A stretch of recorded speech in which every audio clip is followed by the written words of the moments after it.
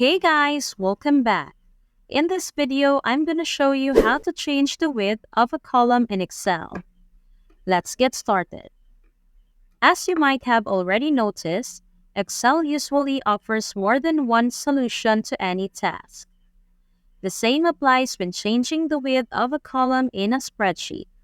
Sometimes, you need to adjust the column width, but don't know the exact dimensions or value in points to specify the width. In that case, follow these steps. Position the cursor over the right-hand border of the column whose width you need to change. Once the cursor turns into a double-headed arrow, left-click and drag the arrow to adjust the width of the column as needed. While dragging, a box will show you the current column width in figures, so you can follow number values too. And now the other way.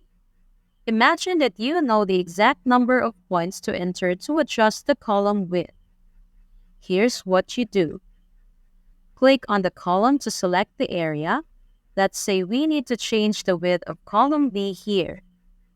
Right-click on the column and choose the option Column Width.